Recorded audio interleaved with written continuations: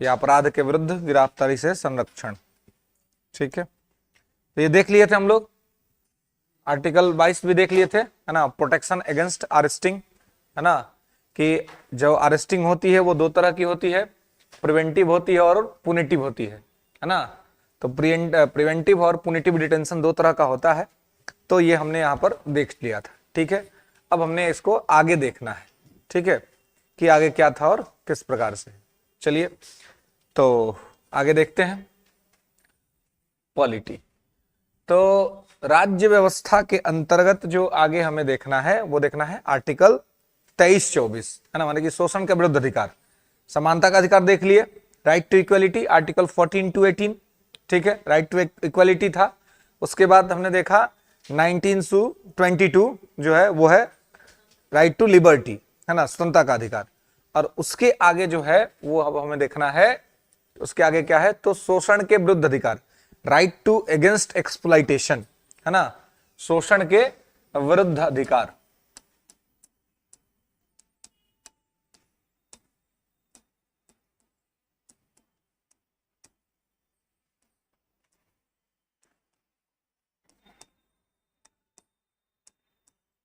शोषण के विरुद्ध अधिकार आर्टिकल 23 to 24, 23-24 में लिखा हुआ है शोषण के विरुद्ध अधिकार के बारे में, है ना, कि आपका कोई शोषण नहीं कर सकता है। ठीक है, तो शोषण के विरुद्ध अधिकार जो है वो क्या है, 23-24 में लिखा हुआ है। तो ये राइट टू अगेंस्ट एक्सप्लॉइटेशन जो है ये क्या है और किस प्रकार से है, ये हमें देखना है और समझना है। तो राइट टू अगेंस्ट एक्सप्लॉइटेशन को हम ऐसे देख सकते हैं कि क्या है, तो देखिए शोषण के विरुद्ध अधिकार, इसमें आर्टिकल 23 क्या कहता है, तो आर्टिकल 23 जो है ये आप देखिए, तो ये कहता है मानव व्यापार, बलात् श्रम, है ना, कि मानव का व्यापार नहीं होगा, ठीक है, बलात् श्रम नहीं कराया जाएगा, है ना, यानी कि जबरदस्ती काम नहीं कराया जाएगा, ठीक है, और बंधुआ मजदूरी।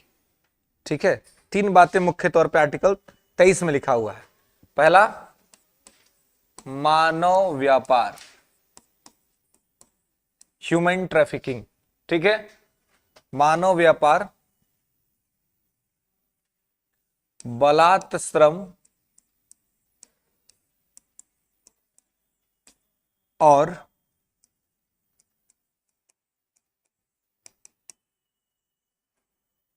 बंधुआ मजदूरी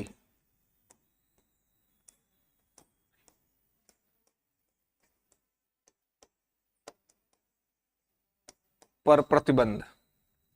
ठीक है, क्लियर है, मानव व्यापार, बलात् श्रम और बंधुआ मजदूरी पर प्रतिबंध। ठीक है, human trafficking, force labour and bonded labour. ठीक है, तो ह्यूमन ट्रैफिकिंग मानव दुर्व्यापार या मानव व्यापार, माने कि बच्चों की खरीद बिक्री नहीं होगी। ठीक है, या किसी की भी होता है ना कि लोग बेच देते हैं, है ना, बच्चों को बेच देते हैं, है ना, या पहले दासों का व्यापार होता था, हिस्ट्री में आपने पढ़ा होगा, है ना, कि दासों का व्यापार होता था, स्लेव्स के ट्रेड्स होते थे। तो कहने का मतलब है कि व्यापार जो है वो मानव व्यापार वो पूरी तरीके से क्या है, प्रतिबंधित है ना, ह्यूमन ट्रैफिकिंग जो है वो कंप्लीटली क्या है, बैन है। ठीक है, मानव व्यापार और बलात् श्रम, फोर्स लेबर, जबरदस्ती कोई आपसे काम नहीं करा सकता है, अगर आपको मन है काम करने का तो ही आप काम कर सकते हैं, जबरदस्ती कोई आपसे काम नहीं ले सकता। मान लिया आपकी तबीयत खराब है, आप काम करने की स्थिति में नहीं है और जबरन आपसे कहा जा रहा है कि नहीं आप काम कीजिए, तो आप कर पाएंगे काम? नहीं कर पाएंगे। आपका स्वास्थ्य ठीक नहीं है तो आप कैसे काम कर पाइएगा? तो जबरदस्ती आपसे काम नहीं, जबरदस्ती काम नहीं करे। ये भी चीज है कि मान लीजिए कि आपसे कुछ चीजें डिमांड की जा रही है ना, और वो जो है आपको ये देखना है कि जो चीजें आपसे डिमांड्स की जा रही हैं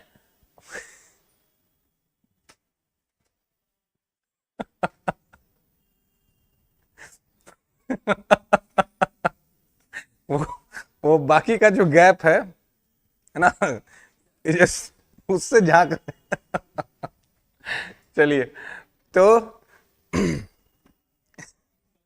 हाँ, बलात् श्रम, फोर्स्ड लेबर के बारे में बात कर रहे थे। तो ना तो ह्यूमन ट्रैफिकिंग हो सकती है, ना तो खरीद बिक्री हो सकती है, ठीक है, किसी के भी, है ना।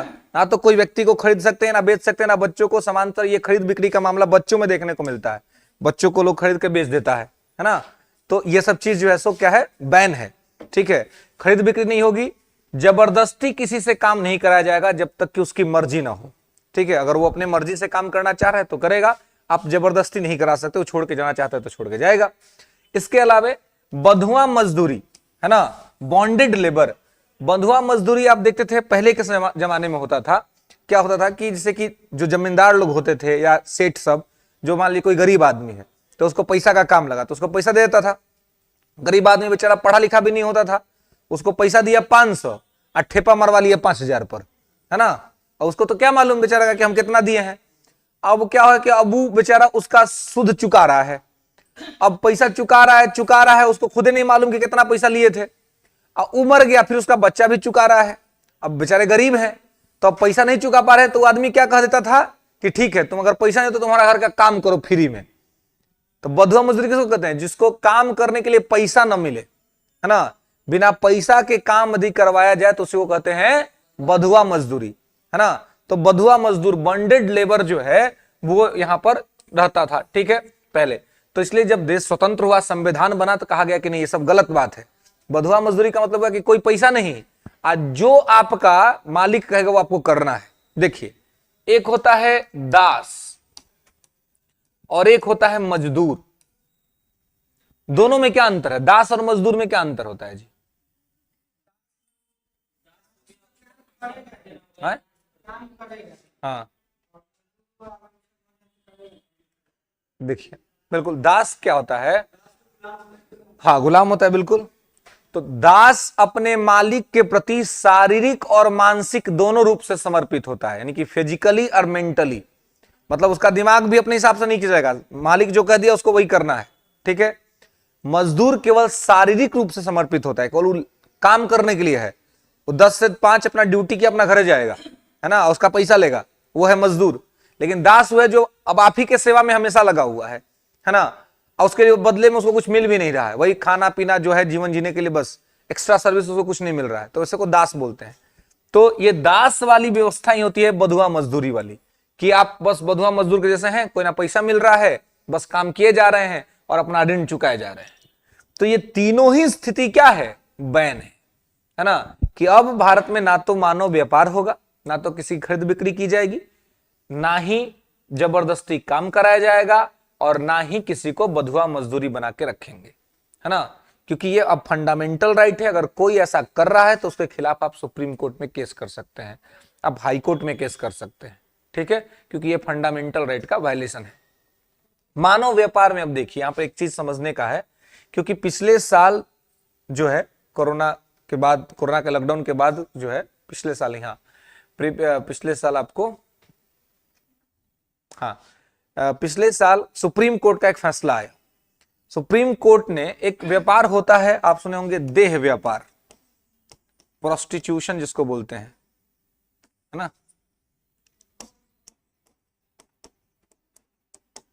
देह व्यापार, प्रोस्टिट्यूशन, ठीक है। तो प्रोस्टिट्यूशन को क्या होता है कि अब इसमें क्या होता है कि दो स्थितियां होती हैं। एक, कोई व्यक्ति अपने स्वेच्छा से कर रहा है, और एक है जिसको जबरन इसमें डाल दिया गया, जबरदस्ती ऐसी परिस्थितियां बना दी गई, है ना। जैसे मान लीजिए किसी का अपहरण हो गया, है ना, और अपहरण करके और जबरदस्ती इस प्रोफेशन के अंदर में उसको डाल दिया गया, ठीक है। तो जबरदस्ती उसको उठाया, उसको डाल दिया इस प्रोफेशन के अंदर में।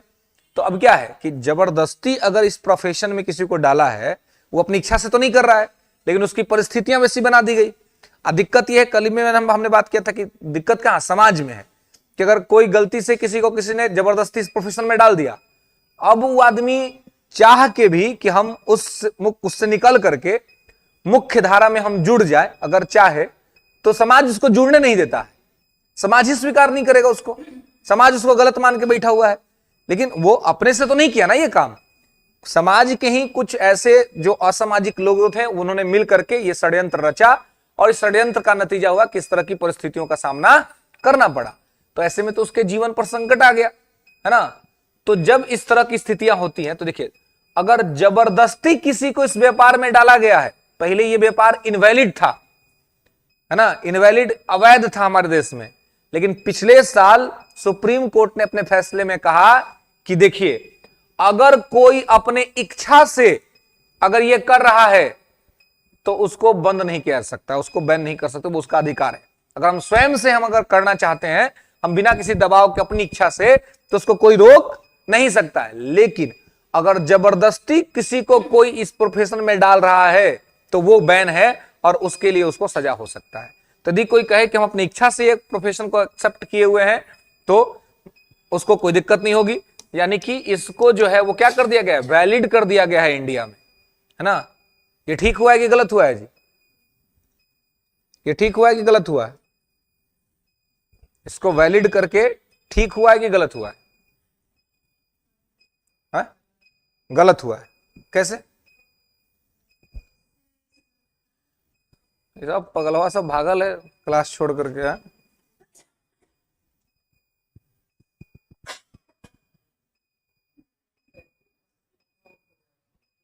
ये सब इस पे घुस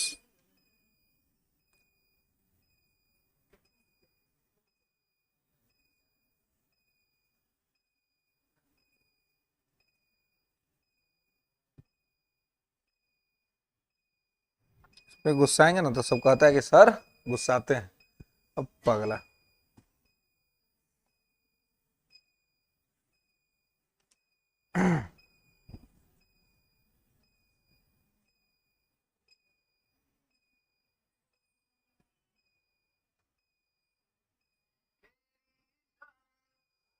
शाम हो आओ तो सुबह करवाते हैं। एक कोची कोहर रहा है जी, देखे पर तो ना डिक्रीज हो रहा है तो बंद नहीं होगा है?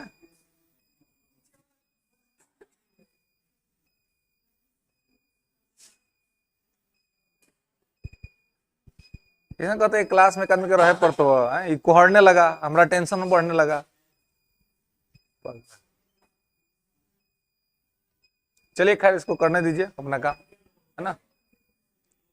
चलिए तो ये क्या है, तो सुप्रीम कोर्ट के डिसीजन के हिसाब से क्या कर दिया गया, इसको वैलिड कर दिया। अब हमने पूछा आपसे कि ये सही हुआ कि गलत हुआ, तो क्या हुआ, दोनों है। हाँ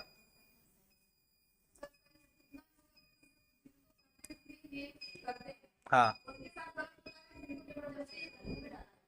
तो मतलब सही है, सही है।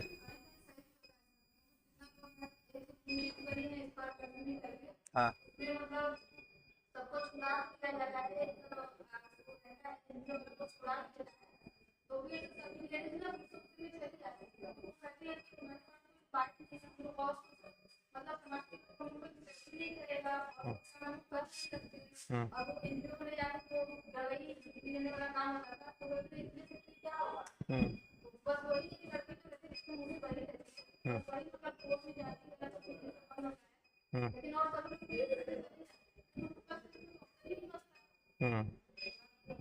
देखिए बिल्कुल ये कहीं से भी गलत नहीं हुआ है जी, एकदम सही हुआ है।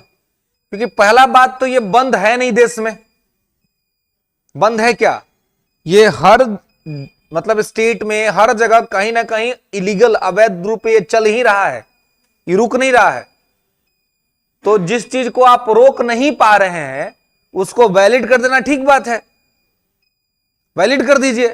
अब इसको वैलिड कर दिए, वैलिड कर देने से इसका फायदा क्या होगा कि देखिए जो लोग, क्योंकि ये मामला आया कोरोना के समय में, है ना, ये बहुत ही इंटेलेक्चुअल थिंक डेवलप करना पड़ेगा। सामान्य तौर पे सोचेंगे तो यार तो बड़ा बुरा बात हो गया, बड़ी खराब बात हो गई, लेकिन नहीं, इसलिए तो पढ़ाई लिखाई क्यों जरूरी है कि पढ़ लिख करके अपने सोच को हम बेहतर बनाए।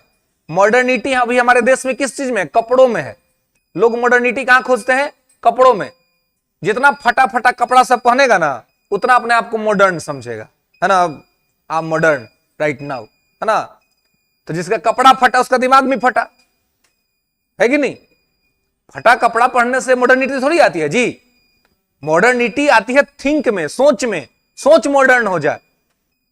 हमारे देश में दिक्कत क्या है, सोच मॉडर्न नहीं हुआ है, कपड़ा मॉडर्न हो गया, इसलिए घटनाएं घटती हैं। घटनाएं घटने के पीछे का रीजन क्या है, घटना घटने का रीजन है कि सोच जो है सो मॉडर्न नहीं हुआ और कपड़ा मॉडर्न हो गया।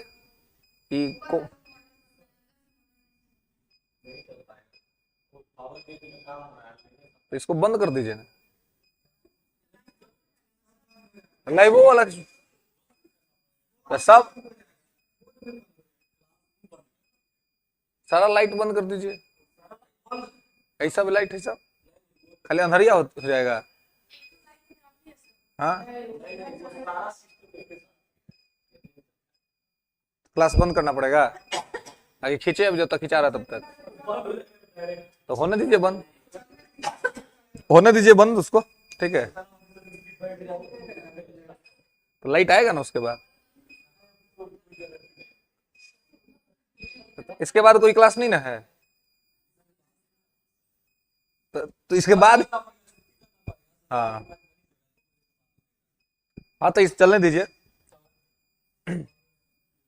हाँ चलिए, एक बार इससे उस बिल्डिंग में क्लास ले रहे थे ना, ऐसे ही लाइट सब कट गया था, तो हम क्लास लेते तो क्लास अब बंद करना, अब जब हम उपस्थित हैं, आप उपस्थित हैं, तो क्लास बंद करने का कोई फायदा है जी, कोई फायदा नहीं है। हम दोनों में से कोई एक आदमी नहीं होता तो क्लास बंद करना होता, ये सब का कौन काम है यहाँ बकलोलवा सब के, कोई काम है, लेकिन ये सब प्रबंधन चलाना है तो काम तो ये है कि नहीं।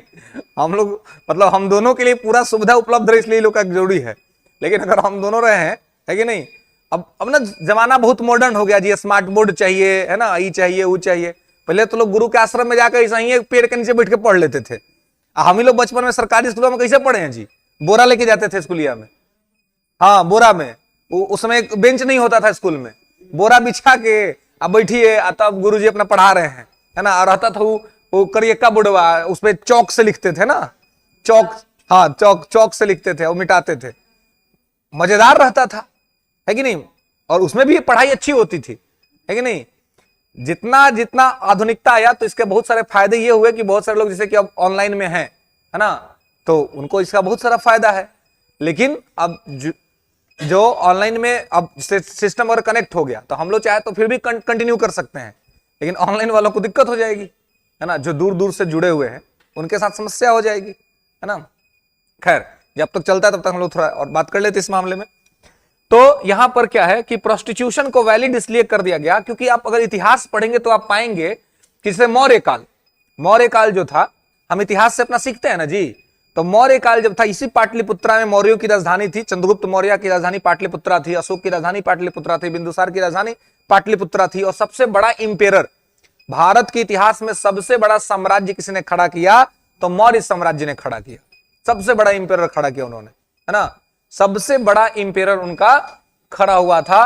तो इतना बड़ा इंपेरर जो उन्होंने खड़ा किया, वो इंपेरर क्या था जी, तो उस इंपेरर को आप देखेंगे कि उसमें एक डिपार्टमेंट, एक महिलाएं होती उनको कहते थे रूपा जीवा। ये बहुत बार बीपीएससी अपने एग्जाम में पूछा है कि रूपा जीवा किसको बोलते थे, है ना, तो मौर्य काल में होती थी रूपा जीवा। तो रूपा जीवा किनको बोलते थे, तो वैसी महिलाओं को बोलते थे जो देह व्यापार में संलग्न थी, यानी कि वैश्यावृत्ति, प्रोस्टिट्यूशन है। लिख लीजिए ना, इसको लिखवाना कौन चीज है, लिख लीजिए, मौर्य काल में देह व्यापार करने वाली महिलाओं को रूपा जीवा कहते थे। इतना सेंटेंस तो आप खुद ही बना सकते हैं, है कि नहीं, ठीक है। तो रूपा जीवा कहते थे मौर्य काल में, है ना, वैश्यावृत्ति करने वाली महिलाओं को या देह व्यापार वाली महिलाओं को क्या कहते थे, रूपा जीवा। इनको बहुत सम्मान मिलता था, बहुत ऑनर मिलता था। क्यों? क्योंकि समाज की गंदगी को साफ करने में इनका इंपॉर्टेंट रोल होता है, इसलिए इनका सम्मान होना चाहिए। लेकिन दिक्कत क्या, लोग इनको घृणा के भाव से देखते हैं, है ना, लोग इनसे हेट करते हैं। और जबकि हेट, सब लोग अगर अपने अपने घर में अगर इस तरह के काम करने वाले पुरुषों से नफरत करना शुरू कर दे तो इनका प्रोफेशन चलेगा जी, नहीं चलेगा ना, क्योंकि इनके पास जाता कौन है, पुरुष ही जाते हैं ना। तो नफरत एक्चुअल में किससे करना चाहिए, पुरुषों से करना चाहिए। वो जाना बंद कर दे, तो जब जाना बंद कर दे ये प्रोफेशन खुद ही खत्म हो जाएगा। लेकिन कोई जाना बंद नहीं कर रहा है। और नफरत किससे? तो इनसे। ये तो गलत तरीका है ना, पाप कोई और कर रहा है, दंड कोई और भुगत रहा है। तो कहने का मतलब है कि जो भी डेवलप नेशन देखेंगे आप, तो इनको क्या था, इनको सम्मान प्राप्त था और इस पर टैक्स लगता था, और इस टैक्स से राज्य को इनकम होती थी, और राज्य को जो इनकम होता था उस इनकम से इसमें शामिल लोगों के परिवारों के, इनके बच्चों के पठन पाठन के काम, इनके जीवन स्थिति को ठीक करने का काम सरकार करती थी। तो अभी भी क्या होगा, अब यही होगा। अब मान लीजिए कोई किसी स्थिति में इस प्रोफेशन में चला गया, तो कोई नहीं चाहेगा कि उसकी अगली पीढ़ी इसमें आए। तो अपनी अगली पीढ़ी को अच्छा करने के लिए उसको पढ़ाना लिखाना पड़ेगा, तो पढ़ाने लिखाने के लिए उसको तो सिस्टम देना पड़ेगा। तो जब ये वैलिड हो जाएगा तो इसकी अगली पीढ़ी को सुरक्षा मिलेगी और इसमें शामिल जो व्यक्ति है उसको भी सुरक्षा मिलेगा। कोरोना में सबसे ज्यादा दिक्कत इन लोगों को हुआ, तो इनका भी तो ह्यूमन राइट है कि नहीं। कोरोना में लोग अपना परिवार के आदमी से जल्दी नहीं मिलता था, इनसे मिलने कौन जाएगा जी, है? हो जाएगा। और सबसे बड़ा बात, इनका भूख उसी से मरता था। इनकम 1 रुपया कमाए, 1 लाख कमाए, उसी से खाना आना है। इस देश ने 3 साल तक लॉकडाउन को देखा लगातार, ऐसे में इनका पेट कैसे भरा होगा, ऐसे में इनकी जीवन कैसे चला होगा, ये तो विचारणीय विषय है ना। यही सब मामला जब कोर्ट के सामने गया तो कोर्ट ने इस स्थिति को देख के इसको वैलिड करने का निर्णय लिया कि जब वैलिड रहेगा ना, तो अगर कोई असमान स्थिति आएगा तो इनका भी जीवन का रक्षा हो पाएगा। क्योंकि जो आर्टिकल 21 आप पढ़े हैं पीछे, जीवन की स्वतंत्रता, उस सबके उस सबके लिए है, केवल हम लोगों के लिए नहीं है। हमारे समाज में रहने वाले हर लोगों के लिए है जीवन की स्वतंत्रता, राइट टू लाइफ। क्लियर है?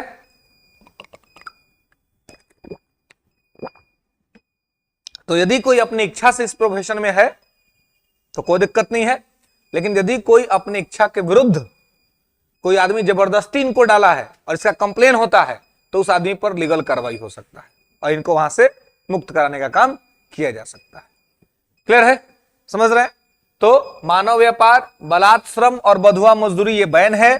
मानव व्यापार में देह व्यापार भी शामिल है। तो अगर अपनी इच्छा से होता है तो ठीक है, लेकिन यदि कोई जबरदस्ती किसी को इसमें डाल रहा है तो वो कानूनन अपराध है और वो आदमी उसके खिलाफ कोर्ट में केस कर सकता है। क्लियर है? 23 में कोई दिक्कत है ना? नेक्स्ट आइए 24।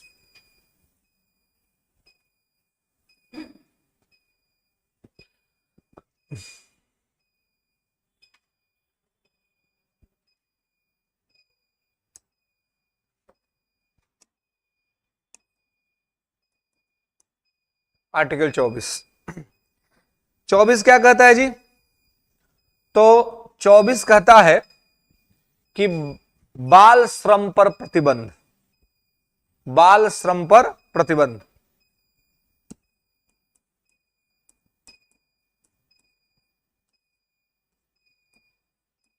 बाल श्रम पर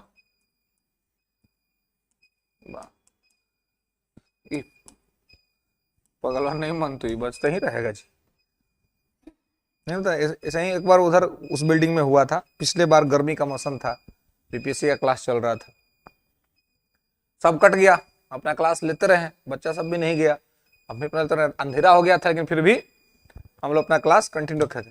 वैकाली बोर्डवे ब्लास्ट कर दिया, कर गया यहाँ खड़ा था, वैकाली ब्लोड ब्लाम कर गया, एकदम से पावर कम था, ब्लास्ट कर गया। अब सब भाग रहा है, क्या हुआ है ना।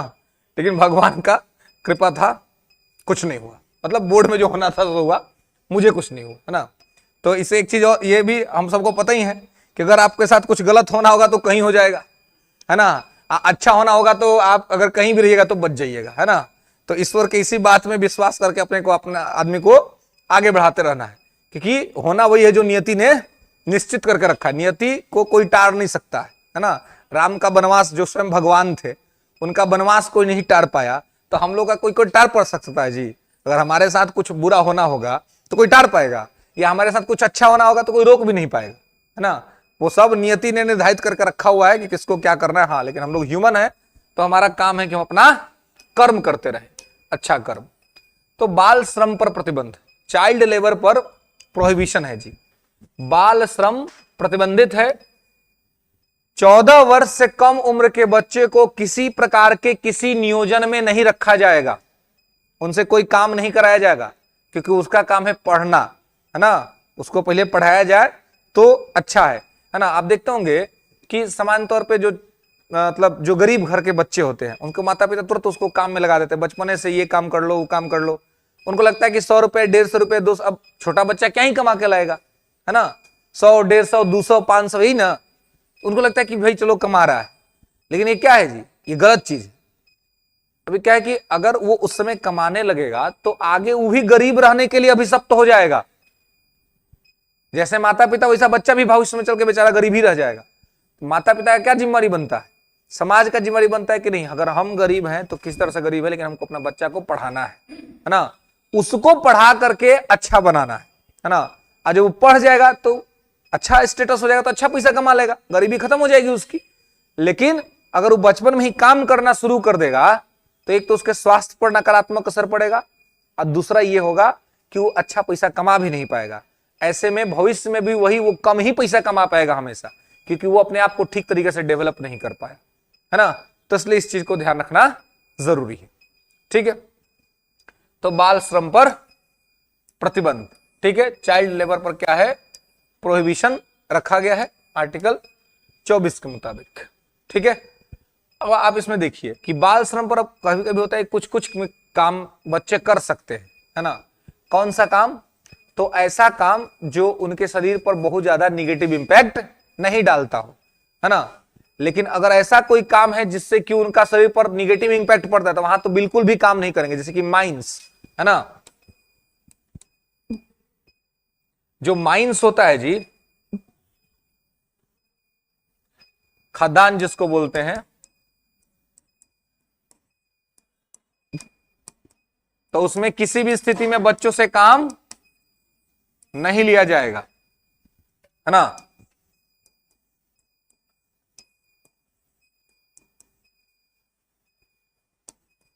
है ना, तो माइंस जो है, जो जहां पे कोयला वेला खुद खोदा जाता है या जमीन खोद करके जो मिनरल्स या चीजें निकाली जाती हैं, तो उसमें बच्चों से काम किसी स्थिति में नहीं लिया जाएगा, है ना।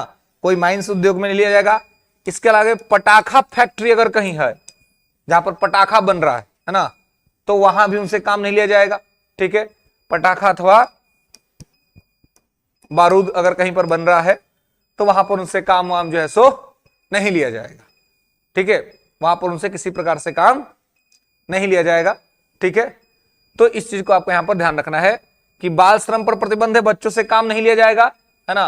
कुछ साधारण काम अगर बच्चे कर रहे हैं तो उसके लिए कोई दिक्कत नहीं है, लेकिन ऐसे जगह पर तो बिल्कुल भी काम नहीं करेंगे जहां से उनके स्वास्थ्य पर नकारात्मक प्रभाव पड़ता हो, उनका हेल्थ पर निगेटिव इंपैक्ट पड़ता हो, है ना। जैसे कि खदान में नहीं करेंगे, पटाखा बारूद या कोई फैक्ट्री है ऐसा, है ना, जिस फैक्ट्री से धुआं निकल रहा है, तो ऐसा उनके हेल्थ के लिए क्या होगा, निगेटिव होगा।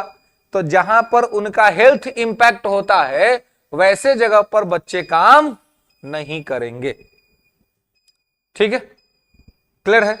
तो यहां पर इस चीज को जैसा आपको ध्यान रखना है, याद रखना है, ठीक है। दिक्कत आगे देखिए, तो एक चीज और यहां पे ध्यान रखिएगा, जो पीछे आर्टिकल 23 में हमने पढ़ा था कि मानव दुर्व्यापार, बलात् श्रम और बंधुआ मजदूरी पर प्रतिबंध का बात, कि भाई जबरदस्ती आपसे काम नहीं लिया जाएगा, तो ध्यान रखिए। लेकिन कभी कभी उसका एक एक्सेप्शन केस होता है, अपवाद। जैसे कि आपको याद होगा जब डीमोनेटाइजेशन हुआ था, माने कि जब नोटबंदी हुई थी 8 नवंबर 2016, अभी छठ पूजा का खुमारी उतरा नहीं था, है ना। छठ पूजा का उस दिन दूसरा अर्घ था जो सुबह का अर्घ होता है। तो छठ पूजा तो हमारे सनातन में बहुत ही बड़ा त्योहार है ना, एकदम विवाह जैसा माहौल होता है ना। सब लोग उस दिन लौट के अपना आराम से आराम फरमा रहे थे। तब तक तत्कालीन प्रधानमंत्री जी, यही उस समय भी प्रधानमंत्री थे, इन्होंने न्यूज पे आकर के कहा कि आज रात 8 बजे से 500 और 1000 के नोट लीगल टेंडर नहीं रहेंगे। जितना लोग जो कह रहा था कि हम गरीब हैं, हमारा पास पैसा नहीं है, खास करके घरों में जो माँ लोग जो है ना, तो माँ लोग बेचारी क्या करती है जी, पैसा सेव करके, हालांकि वो अपने लिए सेव करके नहीं रखती है, इसलिए नहीं रखती है कि हमारा अपना लिए कुछ गहना बनवा लेंगे, है ना। माँ ये सब नहीं सोचती है, ये सब पत्नी सोचती है, माँ नहीं सोचती है। माँ तो सोचती है क्या, लेकिन अब आप सोचिए कि भाई पत्नी ही तो बाकी जगह माँ बनती है, तो पत्नी जब मां की श्रेणी में चल जाती है ना, तो वहां पर क्या होता है, उसका कंसेप्ट बदल जाता है ना। जैसे ही मां कोई बनता है ना, तो उसके बाद ही उसका जो जो जो चीज है, जो सिचुएशन है, वो चेंज हो जाता है एकदम से। इसलिए कहते हैं कि दुनिया का सबसे बेहतर प्रबंधक अगर कोई है, हम समझते कि हम प्रबंधन का कोर्स करता है, लोग मैनेजमेंट का कोर्स करता है ना, यहां जाके IIM अहमदाबाद से यहां से जाके मैनेजमेंट का कोर्स करे। मैनेजमेंट अगर सीखना है तो हम अपनी मां से सीख सकते हैं, हम सब लोग। सबसे बड़ा और सबसे ज्यादा कुशल प्रबंधक होती अगर कोई, तो वो मां होती। एक ही टाइम में कितना सारा कैरेक्टर प्ले करती है जी। एक ही टाइम में किसी की मां है, किसी की पत्नी है ना, किसी की बहन है, किसी की बेटी है, किसी की बहू है, और सबको खुश रखने का प्रयास करती है। ऐसा काम करती है कि सबको सेटिस्फाइड रखे, सब खुश रहे, बच्चा भी नाराज ना हो, पति भी नाराज ना हो, सास ससुर भी नाराज ना हो, और मायके के माता पिता भी नाराज ना हो, वहां भी भाई हो तो वहां भी नाराज ना हो। एक प्रकार से संतुलन स्थापित करने का जो सबसे बड़ा केंद्र है हमारे समाज के अंदर में, वो है मां। इसलिए कहा जाता है हमारे साहित्य के अंदर में कि जननी जन्मभूमिश्च स्वर्गाद